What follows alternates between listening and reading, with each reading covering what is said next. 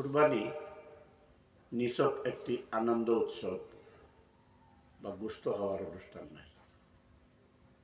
এটা হচ্ছে আত্মত্যাগের মহিমায় উদ্ভাসিত হয়ে আল্লাহ রাব্বুল আলামিনের সন্তুষ্টি অর্জন করা। আর এটা একমাত্র সম্ভব তাকওয়া অর্জনের উদ্দেশ্যে। অত্যন্ত কায়মনোবাক্য মানুষের ভিতরে থাকা হিংসা সহ পশু সুলভ যে আচরণগুলো আছে, এই আচরণগুলোকে জীবনের করে তওবা ইস্তেগফার করে ত্যাগ করা, এই প্রতিজ্ঞার মধ্য দিয়ে একটি প্রাণীকে জবাই করার মধ্য দিয়ে কুরবানি আদায় হয়। নিছক যদি এটা গোশত হওয়ার আনন্দ হয় আর লোক দেখানো হয়, তাহলে কুরবানি করার চাইতে না করাই উত্তম। কারণ কুরবানি করা আল্লাহর নির্দেশ। আল্লাহ নিজেই বলেছেন, ফাসাল্লি লিরাব্বিকা ওয়ানহার, তোমরা আমার তরে নামাজ আদায় করো এবং কুরবানি আদায় করো। এই জন্য কুরবানি করতে হবে আল্লাহর সন্তুষ্টি অর্জনের তরে কায়মনোবাক্যে বিনয়ের সাথে, এবং আপনার আমার মধ্যে যে সমস্ত পাপাচার আছে, পাপপঙ্কিলতা আছে, পাপপঙ্কিলতার মনোভাব আছে, এইগুলাকে বিসর্জন দেওয়ার দৃঢ় প্রতিজ্ঞা অর্জন করে। আর এই কুরবানি করতে হলে কিছু নিয়ম কানুন আছে, এগুলো আমাদেরকে মেনে চলতে হবে। আলহামদুলিল্লাহ আলহামদুলিল্লাহ কাফা ওয়া সালামুন আলা ইবাদিহিল্লাযীনা ইসতাফা। أما بعد فأعوذ بالله من الشيطان الرجيم. بسم الله الرحمن الرحيم. إنا أعطيناك الكوثر فصل لربك وانحر إن شانئك هو الأبتر. وقال تعالى: لن ينال الله لحومها ولا دماؤها ولكن يناله التقوى. صدق الله العظيم. اللهم صل على محمد وعلى آل محمد كما صليت على إبراهيم وعلى آل إبراهيم إنك حميد مجيد. اللهم بارك على محمد وعلى آل محمد كما باركت على إبراهيم وعلى آل إبراهيم إنك حميد مجيد. السلام عليكم ورحمة الله وبركاته. সম্মানিত দিনী ভাই বোনেরা, সম্মানিত দর্শক শ্রোতা মণ্ডলী, আল্লাহ রাব্বুল আলামিনের মেহেরবানিতে আবারও আমাদের সামনে কুরবানির ঈদ সমাগত। বিশ্বের বিভিন্ন দেশে আজকে ঈদুল আযহা পালিত হচ্ছে। ইনশাআল্লাহ আল্লাহ রাব্বুল আলামিন যদি আমাদেরকে বাঁচিয়ে রাখেন, বাঁচিয়ে না রাখলেও আগামীকাল কুরবানির ঈদ হবে, হয়তো আমরা অনেকেই দুনিয়াতে থাকবো না।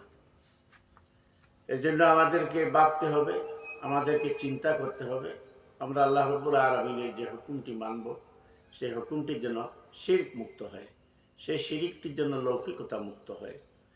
কারণ আল্লাহ রাব্বুল আলামিন নিজেই বলেছেন, ইন্না শিরকা লা যুলমুন আযীম, শিরক হচ্ছে সবচেয়ে বড় জুলুম। আল্লাহ রাব্বুল আলামিন ইরশাদ করেছেন, ইন্না সালাতি কুল ইন্না সালাতি ওয়া নুসুকি ওয়া মাহইয়ায়া ওয়া মামাতি লিল্লাহি রাব্বিল আলামিন, বলো আমার নামাজ, আমার কুরবানি, আমার জীবন, আমার মৃত্যু সব কিছুই আমার পরওয়ারদিগারে আলম রব্বুল আলামিনের তরে।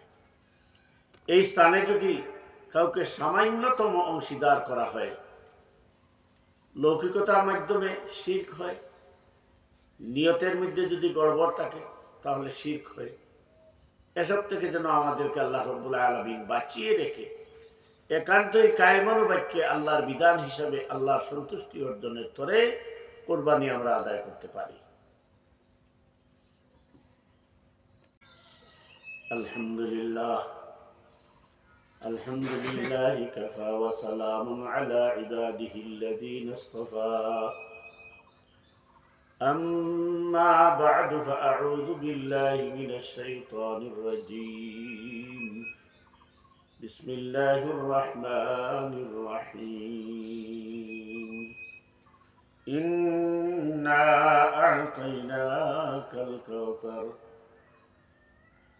فصل لربك وانحر إن شانئك هو الأبتر وقال تعالى لن ينال الله لحومها ولا دماؤها ولكن يناله التقوى صدق الله العظيم اللهم صل على محمد وعلى آل محمد كما صليت على إبراهيم وعلى آل إبراهيم إنك حميد مجيد اللهم بارك على محمد وعلى آل محمد كما باركت على إبراهيم وعلى آل إبراهيم إنك حميد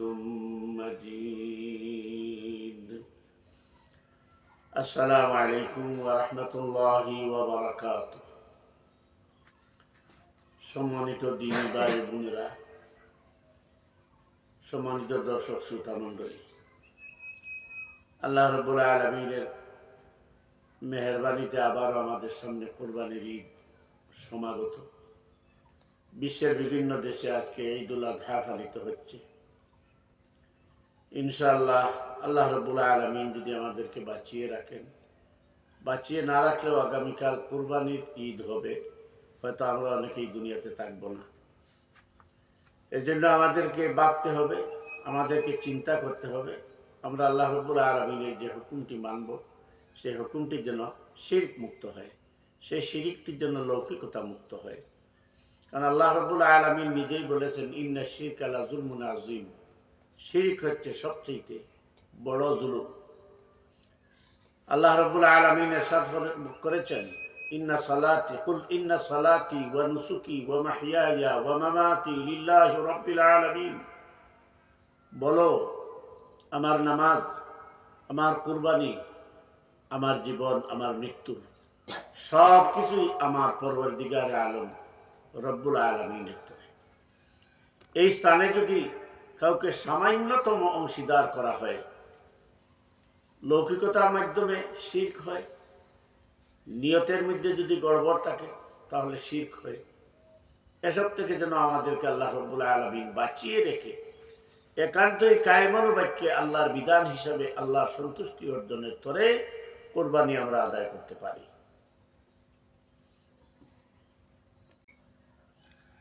সম্মানিত দর্শক শ্রোতা মণ্ডলী, আজ আমি কেবল আপনাদের সামনে কোরবানির দিনের কিছু বিধিবিধান এবং কোরবানির দিন করণীয়, কোরবানি করার পদ্ধতি এ সম্পর্কে সামান্য আলোকপাত করব।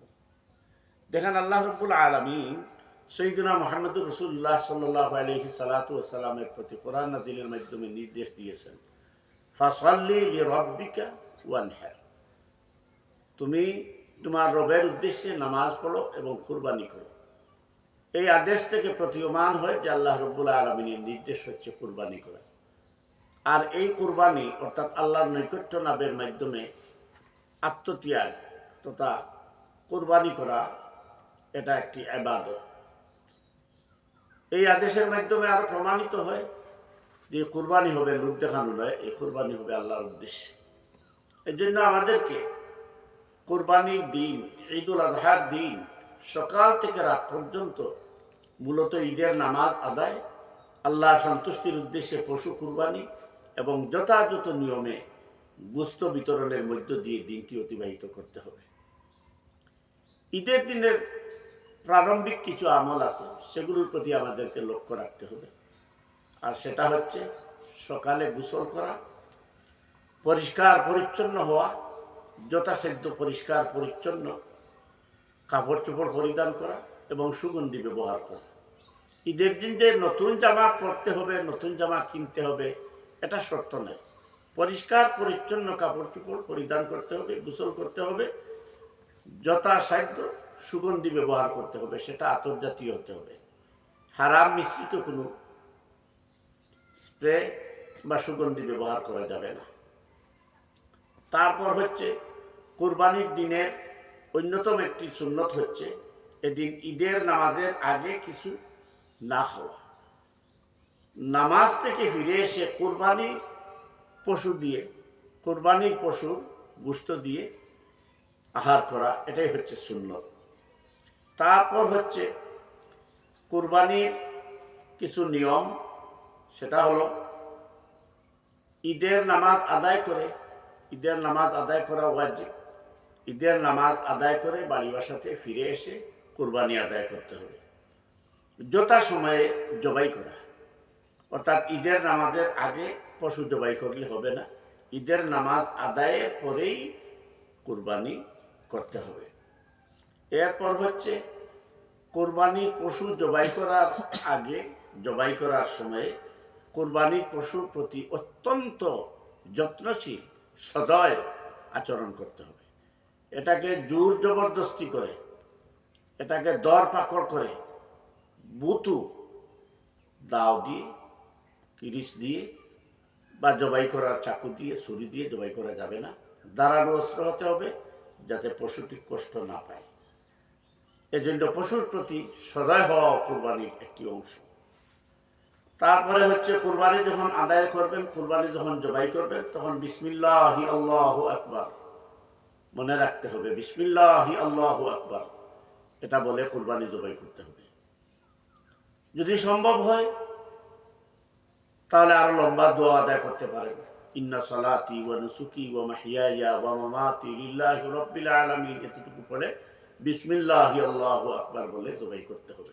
যদি এতটুকু করা সম্ভব না হয় তাহলে কমপক্ষে বিসমিল্লাহি আল্লাহু আকবার এই দোয়া, এই তাকবীর ধ্বনি দিয়ে কুরবানি পশু জবাই করতে হবে। আল্লাহর নাম যদি নেওয়া না হয় তাহলে কুরবানি শুদ্ধ হবে না, এটার গোশত খাওয়া হালাল হবে না। হ্যাঁ, একটি মাসআলা আছে এখানে, যে কোনো মুমিন মুসলমান তার কলবের মধ্যে আল্লাহর নাম সবসময় বিরাজমান, যদি ভুলবশত বিসমিল্লাহ নাও বলতে পারেন তাহলে কুরবানি আদায় হবে এবং গোশত খাওয়া জায়েজ হবে। অন্য কোনো জাতির দ্বারা, অমুসলিম দ্বারা কুরবানির পশু জবাই করালে কোনো অবস্থাতেই এর গোশত খাওয়া কি হবে না, জায়েজ হবে না। এজন্য বিসমিল্লাহি আল্লাহু আকবার এটা হচ্ছে সহজ, এতটুকু বলেই কুরবানির পশু জবাই করতে হবে।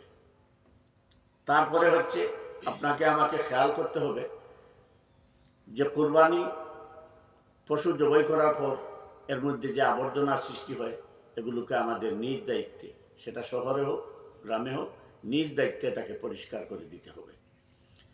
কুরবানির পশু জবাই করার পর যখন সাল সুলানো হবে তখন কুরবানির পশুর চামড়া শুকিয়ে যদি আপনি নিজে ব্যবহার করেন তাহলে সেটা করতে পারেন। আর যদি আপনি নিজে এটা ব্যবহার করতে না পারেন, বিক্রি করে ফেলেন, তাহলে এই বিক্রয়কৃত টাকা আপনি অবশ্যই এতিম গরিব মিসকিনদেরকে দিয়ে দিতে হবে। এটা আপনি খেতে পারবেন না, কিন্তু চামড়া আপনি শুকিয়ে ব্যবহার করতে পারেন। কুরবানির পশুর চামড়া এতিমদেরকে দিতে হবে, মিসকিনদেরকে দিতে হবে, এতিমখানাতে দিতে পারবেন, এতিমালয়ে দিতে পারবেন। এটা আপনি খেতে পারবেন না, এই টাকা আপনি ব্যবহার করতে পারবেন না। তারপরে হচ্ছে এটি মুস্তাহাব আমল হচ্ছে কুরবানির পশুর গোশত আপনি 3 ভাগ করতে পারেন। 1 ভাগ আপনি নিজেকে খাবেন নিজের জন্য, আরেক ভাগ আপনার আত্মীয় স্বজন যারা আছে তাদের মধ্যে বিতরণ করে দিতে পারবেন, আর বাকি আপনার পাড়া প্রতিবেশী স্বজন প্রতিবেশী যারা আছেন তাদের মধ্যে দিতে পারেন। এটা মুস্তাহাব, উত্তম আমল। আর চাইলে আপনি সারাটাও আপনি একাই খেতে পারেন। এখানে একটি বিষয় লক্ষণীয় হলো, অনেকে আবার 3 ভাগ করাকে অগ্রাহ্য করেন।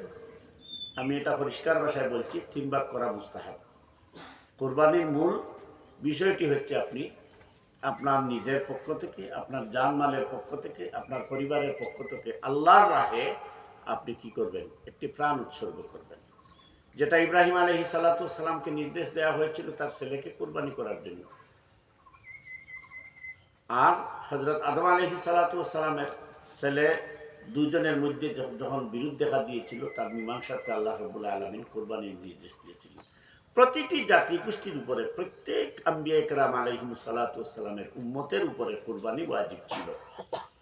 ইব্রাহিম আলাইহিস সালাতু ওয়াস সালামকে সরাসরি আল্লাহ রাব্বুল আলামিন তার ছেলেকে কোরবানির নির্দেশ দিয়েছিলেন, কিন্তু আল্লাহ পরবর্তীকার আলমের দয়া মেহেরবানি তিনি ছেলের বিপরীতে যেহেতু একটি দুম্বা, জান্নাতি দুম্বাকে প্রতিস্থাপন করে দিয়েছিলেন, এজন্য উম্মতে মুহাম্মদী সাল্লাল্লাহু আলাইহি সাল্লাতু ওয়াস সালাম তথা আমরা মুসলমানদের জন্য আল্লাহ রাব্বুল আলামিন দয়া করে পশু কুরবানির কথা বলেছেন। তো এটা যদি আপনি নিজে খেয়ে ফেলেন অথবা কাউকে দিয়ে দেন অথবা আপনার কোনো স্বজনকে সারাটাই দিয়ে দিন, কোনো অসুবিধা নেই। মুস্তাহাব মানে ভালো একটা কাজ হলো 3 ভাগ করে ফেলা। তখন আপনার স্বজন পরিজন যারা আছেন, আত্মীয় স্বজন, তারাও একটা ভাগ পেল, আপনার পাড়া প্রতিবেশী যারা গরিব আছে তারাও কিছু পেল, আর আপনিও কিছু খেলেন। এটা নিয়ে বিতর্ক করার কোনো অবসান নেই। তো উত্তম কাজ হবে, সারা বছর অনেকেই অপেক্ষা করতে থাকেন যে ঈদের সময় আসলে কিছু বুঝ পাবো। আপনি যদি সেই চাহিদাটা মিটিয়ে দিতে পারেন, আপনার বাড়তি সওয়াব আল্লাহ রাব্বুল আলামিন দান করবেন। সবচেয়ে বড় কথা হলো আমার মুসলমান ভাইসো, আল্লাহ রাব্বুল আলামিন কোরআনে কারীমের মধ্যে বলেছেন, লা ইয়ানালুল্লাহু লুহুমুহা ওয়ালা দিমাউহা ওয়ালাকিন ইয়ানালুহুত তাকওয়া। আল্লাহ রাব্বুল আলামিন বলেছেন, আমি গোশত খাই না, আমি রক্ত খাই না, আমি কি করি, আমি শুধু তোমাদের তাকওয়াটা দেখি। তোমরা আমি আল্লাহকে কতটুকু ভয় করতেছো সেটাই আমি কেবল দেখি। এজন্য আপনার কুরবানি যেন আমার কুরবানি যেন হয় আল্লাহ রাব্বুল আলামিনের সন্তুষ্টি অর্জনের তরে, লৌকিকতা যেন সেখানে প্রশ্রয় না পায়। সামান্যতম লৌকিকতা যদি সেখানে প্রশ্রয় পেয়ে যায় অথবা নিয়তের গড়বড়ের কারণে যদি আপনি মাংস খাওয়ার উদ্দেশ্যে কুরবানি করেন, তাহলে সেটা আল্লাহর তরে কুরবানি হিসাবে গ্রহণ হবে না। সম্মানিত দর্শক শ্রোতা মণ্ডলী, আরেকটি বিষয়ে না বললেই নয়, কোরবানির পশু আপনার নিজে যদি জবাই করতে পারেন উত্তম। আপনার পরিবারের সদস্যরা যদি সেটা বাটা ছাড়া কাটাছিড়া করে ফেলতে পারে সেটাই উত্তম। আর যদি আপনি নিজে বা নিজের পরিবারের পরিজনদেরকে নিয়ে এটাকে কাটাছেড়া করা শেষ করতে না পারেন, কোনো লোক যদি নিয়োগ করেন তাহলে তার পারিশ্রমিক দিতে হবে।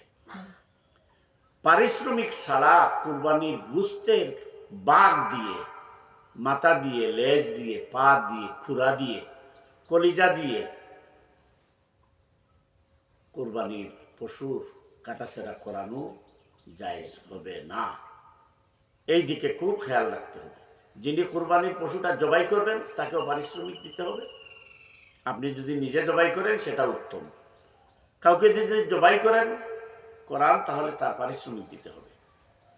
আর যারা কাটাছেড়া করবে তাদেরকে খাওয়াতে পারেন মেহমান হিসেবে, সেটা ভিন্ন কথা, কিন্তু কাটাছেড়া করার পারিশ্রমিক আলাদাভাবে দিতে হবে। এই কথাগুলোর জন্য আমাদের লক্ষ্য থাকে। আরেকটি কথা আবারও বলছি, কোরবানির চামড়া আপনি যদি শুকিয়ে নিজে ব্যবহার করতে পারেন তাতে কোনো আপত্তি নেই, অসুবিধা নেই। কিন্তু কোরবানির পশুর চামড়াটা যদি আপনি বিক্রি করে ফেলেন তাহলে এই টাকাটা আর আপনার জন্য ব্যবহার করা জায়েজ হবে না, খরচ করা জায়েজ হবে না। সেটা আপনি এতিমদেরকে দিবেন, মিসকিনদেরকে দিবেন, একজনকে দেন, দুইজনকে দেন, অসুবিধা নেই, 5 জনকে দেন, অসুবিধা নেই। আর এতিমখানাতে যদি দিয়ে দেন তাও কোনো সমস্যা নেই। কিন্তু এটা বিক্রি করার পর এর বিক্রয়লব্ধ অর্থ আপনি নিজে কোনো অবস্থাতেই ব্যবহার করতে পারবেন না। আল্লাহ রাব্বুল আলামিন যেন আমাদেরকে সহিহ শুদ্ধভাবে আল্লাহ রাব্বুল আলামিনের সন্তুষ্টির তরে কুরবানি আদায় করার তৌফিক দান করেন। ওয়া আখিরু দাওয়ানা আনিল হামদুলিল্লাহি রাব্বিল আলামিন। আসসালামু আলাইকুম ওয়া রাহমাতুল্লাহি ওয়া বারাকাতুহু।